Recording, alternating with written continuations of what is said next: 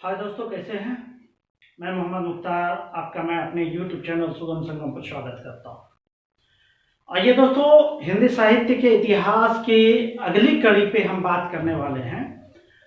आपसे निवेदन है कि अगर आपने इससे पहले वाला वीडियो नहीं देखा है तो उसे आप देखिए, जो प्लेलिस्ट में है, उसके बाद इसे देखिए, क्योंकि जब तक आप उसे नहीं देखेंगे तो इस पार्ट को समझने में थोड़ी आपको परेशानी हो सकती है। आज हम हिंदी साहित्य के इतिहास के 4 भेद में से दूसरे भेद पे हम बात करने वाले हैं, और वो भेद है मध्यकाल या भक्तिकाल। तो कोई कंफ्यूजन नहीं होनी चाहिए, मध्यकाल को ही हम भक्तिकाल के नाम से जानते हैं दोस्तों, ठीक है। पिछले वीडियो में हमने एक चीज देखा था कि जिस तरह आदि काल में जो विद्वान हुआ करते थे, साहित्यकार हुआ करते थे, वो राजा के आश्रित हुआ करते थे, राज दरबारी हुआ करते थे, उसके साहित्य में वीर रस की प्रधानता हुआ करती थी।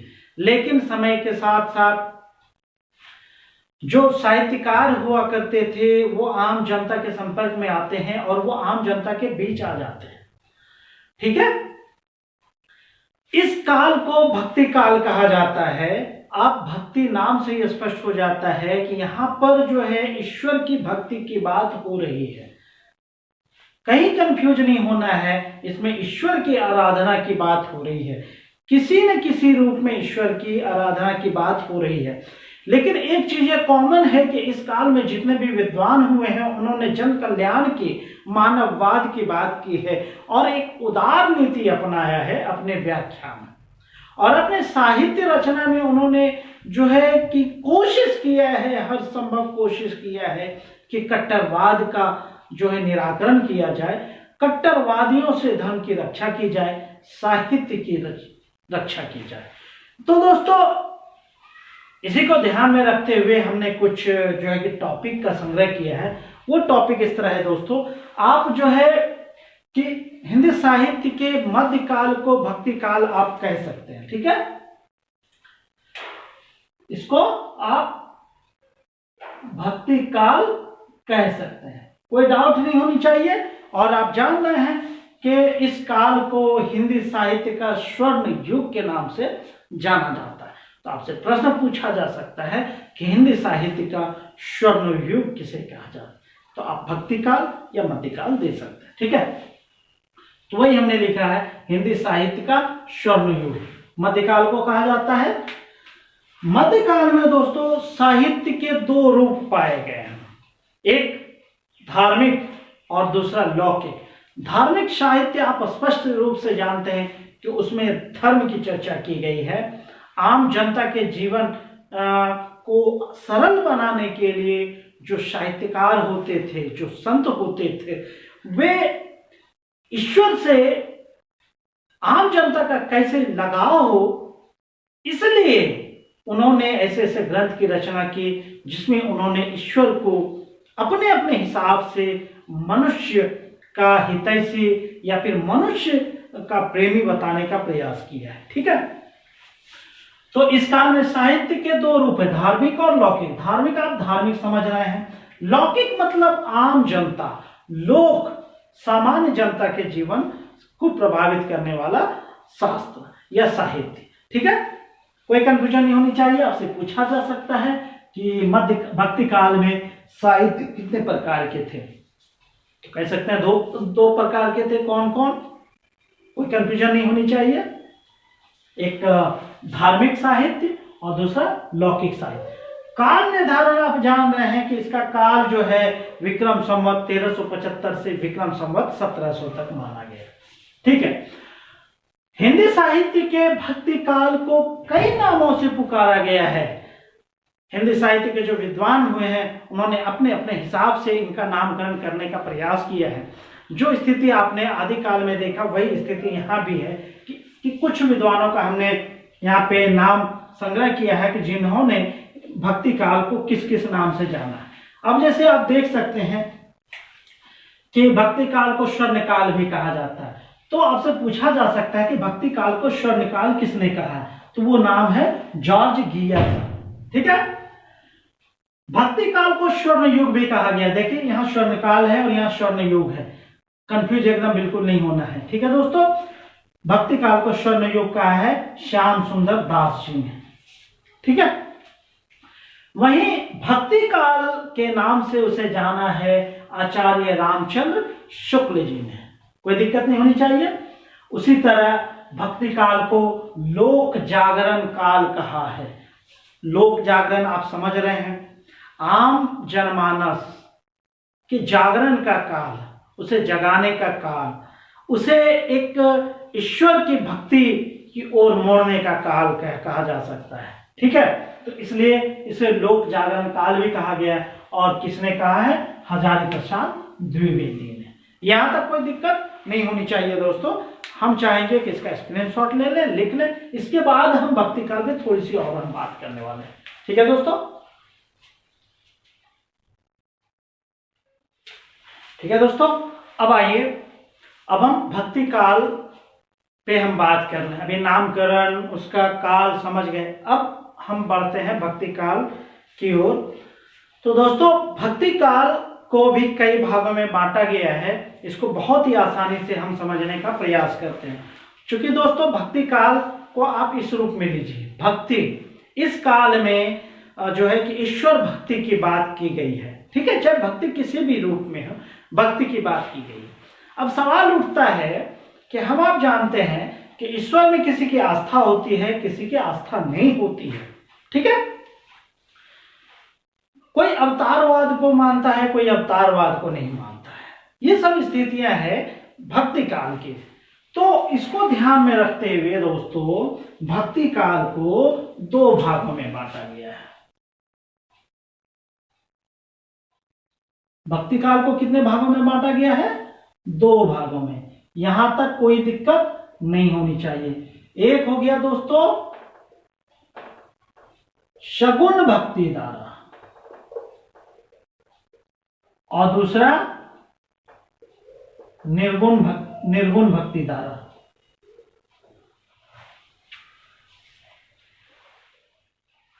ठीक है, चूंकि 9 में कंफ्यूजन हो रही है, यह 9 होगा। ठीक है, शगुन भक्ति धारा और निर्गुण भक्ति धारा। यहां तक कोई कंफ्यूजन नहीं होनी चाहिए दोस्तों। शगुन भक्ति धारा को दो भागों में बांटा गया है, सगुन भक्ति धारा और निर्गुण भक्ति धारा। पहले इन दोनों के अंतर को समझिए। सगुन भक्ति धारा क्या है? वह ईश्वर के अवतारवाद के सिद्धांत को स्वीकार करता है। ठीक है, जैसे इंद्र के 10 अवतार माने गए हैं। ठीक है, 10 अवतार में आस्था सगुन भक्ति धारा वालों को है, और उस अवतारवाद में अनास्था या आस्था नहीं है, वो पार्ट हो जाता है निर्गुण भक्ति धारा। तो एक चीज आप कंफर्म कर लीजिए कि दोनों रास्ते अपनी अपनी जगह सही है, कोई एक दूसरे का काट नहीं कर रहा है। दोनों, हमने एक चीज बताया, भक्ति काल वो हर रूप में हर तरह से मानव कल्याण की बात करता है। इसमें मानव के कल्याण की बात की गई है। ठीक है, तो एक चीज आपने जान लिया, क्या जान लिया दोस्तों? कि इसमें अवतार की बात की गई है। इसको सगुन भक्ति धारा को क्या है? अवतार में क्या है? इसे विश्वास है। यहां कोई दिक्कत नहीं होनी चाहिए। वहीं निर्गुण भक्ति धारा को क्या है? अवतार वाद में विश्वास नहीं। यहां तक कंफ्यूजन नहीं होनी चाहिए। अब बढ़ते हैं दोस्तों, सगुण भक्ति धारा और निर्गुण भक्ति धारा दोनों को दो दो भाग में बांटा गया है। सगुण भक्ति धारा को दो भागों में, एक हो गया राम भक्ति धारा और दूसरा हो गया है कृष्ण भक्ति धारा। इसको रहने देते हैं, आगे बढ़ते हैं। निर्गुण भक्ति धारा को भी दो भागों में बांटा गया है। एक हो जाता है ज्ञान भक्ति धारा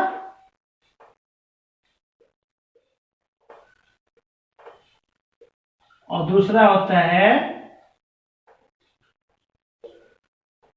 प्रेम भक्ति धारा।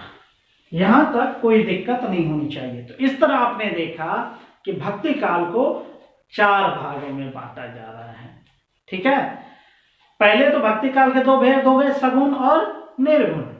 सगुण के 2 भेद हो गए, राम भक्ति धारा और कृष्ण भक्ति धारा। निर्गुण भक्ति धारा के 2 भेद हो गए, ज्ञान भक्ति धारा और प्रेम भक्ति धारा। तो इसके नाम से ही स्पष्ट है दोस्तों, राम भक्ति धारा में क्या है, राम को आराध्य देव माना जाता है। इसमें जो है राम की ही पूजा की बात की जाती है, राम में ही प्रेम की बात की जाती है। यहां राम में आप दशावतार में जो राम का अवतार है उसकी बात हो रही है, और वही है जो राजा दशरथ के पुत्र के रूप में आए हैं। ठीक है, यहां तक कोई कंफ्यूजन नहीं होनी चाहिए। नाम से ही स्पष्ट है, राम भक्ति धारा में राम की भक्ति की बात की जा रही है, कृष्ण भक्ति धारा में कृष्ण की भक्ति की बात की जा रही है। ठीक है, राम से उलट, हालांकि कृष्ण भी एक अवतार ही माना जाता है। ठीक है ना। फिर आगे आप देखिए, निर्गुण भक्ति धारा में ज्ञान भक्ति धारा की बात की जा रही है। ज्ञान भक्ति धारा से स्पष्ट है, इसमें ईश्वर प्राप्ति का मार्ग ज्ञान को माना गया है। अर्थात ज्ञान, हमें जो है कि ज्ञान होगा, हमें बुद्धि होगी, हमें जो है किस चीज का ज्ञान होगा कि ईश्वर को कैसे प्राप्त किया जा सकता है, तभी तो हम ईश्वर को प्राप्त कर सकते हैं। तो इसकी चर्चा हम ज्ञान भक्ति धारा में करते हैं। वहीं दूसरा इसका भेद है, और वो भेद है प्रेम भक्ति धारा। प्रेम में आप समझ रहे हैं, प्रेम शब्द, यहां जो प्रेम की बात की जा रही है वो आजकल के प्रेम से अलग बात हो रही है। ठीक है, वहां ईश्वर के साथ एक प्रकार के दोस्त की बात हो रही है कि ईश्वर के साथ आप दोस्ती कर लीजिए, इतनी दोस्ती आप कर लीजिए कि वो खुद ब खुद आपसे मिलने चले आए। आप इस प्रसंग में सुदामा और कृष्ण की दोस्ती को आप याद कर सकते हैं। अब आइए हम जानने का प्रयास करते हैं कि इन चारों जो भाग है, 4 स्तंभ जो है, इस चारों स्तंभ के सिरमौर जो है लीडर कौन है। राम भक्ति धारा के जो लीडर हैं वो कौन है भाई, तुलसीदास जी। इसके सिरमौर कौन हो गए, तुलसीदास जी। कृष्ण भक्ति धारा के सिरमौर हो गए कौन, सूरदास जी। ज्ञान भक्ति धारा के सिरमौर कौन हो गए भाई, कबीर दास जी। ठीक है, प्रेम भक्ति धारा के हो गए मलिक मोहम्मद जायसी। मलिक मोहम्मद जायसी, इसको शॉर्ट फॉर्म में जायसी जी भी कहा जाता है। ठीक है, 4 नाम में कोई कंफ्यूजन नहीं होना चाहिए। राम भक्ति धारा के सिरमौर कवि कौन हुए हैं, तुलसीदास जी। कृष्ण भक्ति धारा के सिरमौर कवि हुए हैं सूरदास जी, और कृष्ण भक्ति धारा के सिरमौर कवि हुए हैं ज्ञान भक्ति, कृष्ण भक्ति धारा के सूरदास जी हो गए, ज्ञान भक्ति धारा के कबीरदास जी हो गए, और प्रेम भक्ति धारा के मलिक मोहम्मद जायसी जी हो गए। यहां तक कोई कंफ्यूजन नहीं होना चाहिए। अब आइए दोस्तों बढ़ते हैं कि इन विद्वानों ने या इन कवियों ने एक जो है कई ग्रंथों की रचना की है, उनमें से सिरमौर ग्रंथ हम जान लेने का प्रयास करते हैं। तुलसीदास ने जो एक प्रमुख ग्रंथ की रचना की है वह क्या है, आप सब जानते हैं, रामचरित मानस। यहां पे नाम में कंफ्यूजन नहीं होना है, रामचरित है, तो है। ठीक है, चरित्र कहीं भी लिख देते हैं रामचरित्र मानस, ऐसा नहीं, रामचरित। ठीक है, सूरदास जी ने अपने नाम से मिलता जुलता सूर सागर की रचना की है। सूर सागर की रचना किया है। उसी तरह ज्ञान भक्ति धारा में कबीर दास के ग्रंथ है, उन्होंने एक ग्रंथ की रचना की है, बीजक। बीजक नामक एक ग्रंथ की रचना की है।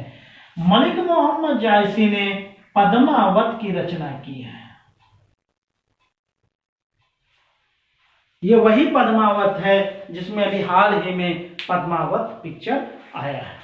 और इसमें जो है कि जिस प्रसंग में इसके जो है कि फिल्म की रचना की गई है, वही रचना इसमें किया गया है कि मलिक मोहम्मद जायसी ने इस ग्रंथ के माध्यम से ईश्वर से प्रेम के द्वारा उसे प्राप्त करने का रास्ता बताने का प्रयास करते हैं। अब रही बात कि यहां तक कोई दिक्कत नहीं होना चाहिए। अब एक चीज देखना है दोस्तों कि कबीरदास के बीजक जो है 3 पार्ट में बटा हुआ है, और वो क्या है? साखी, और दूसरा है सबद, और तीसरा है रामायणी, है ना। बीजक के 3 पार्ट या 3 हिस्से हैं, वो है साखी, सबद और रामायणी। यहां तक कोई दिक्कत नहीं होनी चाहिए। रामचरितमानस, अब आते हैं भाषा पे, कौन सी भाषा में कौन सा ग्रंथ लिखा गया। रामचरितमानस जो है वो अवधी भाषा में लिखा गया है, ठीक है दोस्तों। शूर सागर जो है वो ब्रज भाषा में लिखा गया है, और बीजक जो है वह सधुक्कड़ी भाषा में लिखा गया है, सधुक्कड़ी। और ये भी जो है पद्मावत लिखा गया है, ये भी अवधी भाषा में लिखा गया है। तो हमें उम्मीद है कि भक्ति काल को समझने में कोई परेशानी नहीं रही होगी। एक बार और, भक्ति काल को 2 भाग में बांटा गया है, सगुण भक्ति धारा और निर्गुण भक्ति धारा। सगुण भक्ति धारा को 2 भाग में बांटा गया है, राम भक्ति धारा और कृष्ण भक्ति धारा। राम भक्ति धारा के सिरमौर कवि है तुलसीदास जी, उन्होंने ग्रंथ की रचना की है रामचरितमानस, और रामचरितमानस अवधी भाषा में लिखा गया है। कृष्ण भक्ति धारा के सिरमौर कवि है सूरसागर जी, सूरदास जी। सूरदास जी ने सूरसागर की रचना की, और सूरसागर किस भाषा में किया गया है? ब्रज भाषा में। अब आते हैं भक्ति काल के दूसरे पार्ट, निर्गुण भक्ति धारा। निर्गुण भक्ति धारा को 2 भाग में बांटा गया है, एक प्रेम मार्गी धारा और दूसरा ज्ञान मार्गी धारा। ज्ञान मार्गी धारा के सिरमौर कवि हैं कबीरदास जी, उन्होंने जो है कि ग्रंथ की रचना की है बीजक के। बीजक के 3 पार्ट हैं, साखी, सबद और रामायणी। ये ग्रंथ सधुक्कड़ी भाषा में लिखी गई है। सधुक्कड़ी का मतलब ही होता है साधुओं के बीच बोली जाने वाली भाषा। और मलिक मोहम्मद जायसी जो है कि प्रेम मार्गी धारा के कवि हैं, उन्होंने पद्मावत ग्रंथ की रचना की है जो अवधी भाषा में लिखी गई है। हालांकि ये माना जाता है कि पद्मावत ग्रंथ जो है काल्पनिक ग्रंथ है, जो भी है वो कल्पना पे आधारित ग्रंथ है, लेकिन उस समय के जो कवि होते थे उनकी कल्पना ही निराली होती थी। वह ईश्वर को साक्षात अपने सामने जो है कि मानकर ग्रंथ की रचना करते थे, ठीक है। तो उस पर डिटेल नहीं जाना है, ये चीजें मूलतः भक्ति काल में हमें जानना है। ऐसा नहीं है कि यही चारों कवि उसमें हुए हैं। एक चीज और जानना है कि भक्ति काल के ये जो प्रेम मार्ग धारा है, ये अकेले मुस्लिम जो है कि सूफी हुए हैं, मलिक मोहम्मद जायसी, ठीक है। यहां तक कोई कंफ्यूजन नहीं होना चाहिए। एक चीज और दोस्तों, यह भक्ति काल जो है कि मुगल काल से संबंध रखता है। इसके अलावे भी जैसे तुलसीदास ने रामचरितमानस की रचना की है, इसके अलावे इन्होंने विनय पत्रिका की भी स्थापना की है। तुलसीदास ने एक पत्रिका की स्थापना की और वो क्या है? विनय पत्रिका, ठीक है। विनय पत्रिका। अब रही बात राम के पुजारी, तो कई सारे हुए हैं। एक चीज आपको कंफ्यूजन दूर कर दूं कि जो भक्ति काल का जन्म हुआ है ना दोस्तों, वह दक्षिण भारतीय में अलवार और नायनार संतों के द्वारा हुई है, ठीक है। और उसके जो है कि आगे चल के एक रामानंद जो है कि संत हुए थे, जिन्होंने एक जाति प्रथा को तोड़ने का भरपूर प्रयास किया। ये सारे जो भी संत हुए हैं उन्होंने भी जाति प्रथा को तोड़ने का भरपूर प्रयास किया। रामानंद ने अपने शिष्यों में हर जाति और धर्म के लोगों को समाहित किया, ठीक है। उसी में आप देख सकते हैं कि कबीरदास जुलाहा हैं, और भी जो है उनके जो शिष्य हैं हर धर्म से हर जाति से संबंध रखते थे। लेकिन एक चीज देखना है कि रामानंद के जो आराध्य देव थे वो राम जी थे, और कबीरदास भी रामचंद्र जी के को आराध्य मानते थे। लेकिन दोनों में एक अंतर है कि स्वयं कबीरदास जी ने अपने दोहा में कहा है, दशरथ सूत तिहु लोक बखाना, राम नाम का मरम है आना। अर्थात कबीरदास जी कहते हैं कि मैं जिस राम की आराधना करता हूं वो दशरथ सूत नहीं है, बल्कि उनका राम तो निराकार परम ब्रह्म परमेश्वर है, ठीक है। इन्होंने जो है कि हर धर्म वालों का मजाक उड़ाया है। यहाँ मजाक उनके खिल्ली उड़ाने से है, उनका जो आडंबर है उस पर उन्होंने प्रहार किया। जैसे इनकी दोहा जो है एक कुठाराघात करने वाला दोहा होता था, उसी दोहा को जो है बीजक नामक ग्रंथ में इनके शिष्य ने समाहित करने का प्रयास किया। जैसे हिंदू धर्मों का इन्होंने उपहास उड़ाया कि पाथर पूजे हरि मिले तो मैं पूजो पहाड़, ताते एक चक्की भली पीस खाए संसार। इसमें उन्होंने यह बताने का प्रयास किया है कि पत्थर के पूजने से अगर ईश्वर की प्राप्ति हो सकती है तो मैं सीधे पहाड़ की आराधना करूं तो हमें एक ही बार में ईश्वर प्राप्त हो जाए। और आगे उन्होंने कहा है कि ताते एक चक्की भली, कहा उससे बढ़िया तो एक चक्की है, वो भी पत्थर का है, उससे तो आम इंसान अन्न पीसता है, गेहूं पीसता है, फिर उसका आटा बना के खाता है।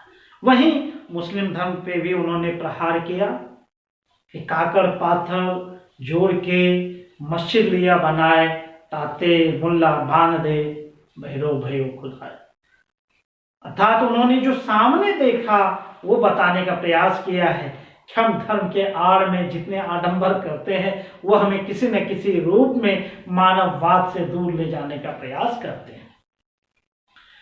तो उसमें उन्होंने बताने का प्रयास किया है कि हम कंकड़ और पत्थर को जोड़कर मस्जिद बना लेते हैं और फिर हम उस पे मुर्गे की तरह आवाज लगाते हैं, क्या हमारा खुदा पहरा है? तो उन्होंने यह बताने का प्रयास किया है कि आप ज्ञान बढ़ाइए, ज्ञानार्जन कीजिए, ईश्वर को प्राप्त करने के साधन तलाशिए।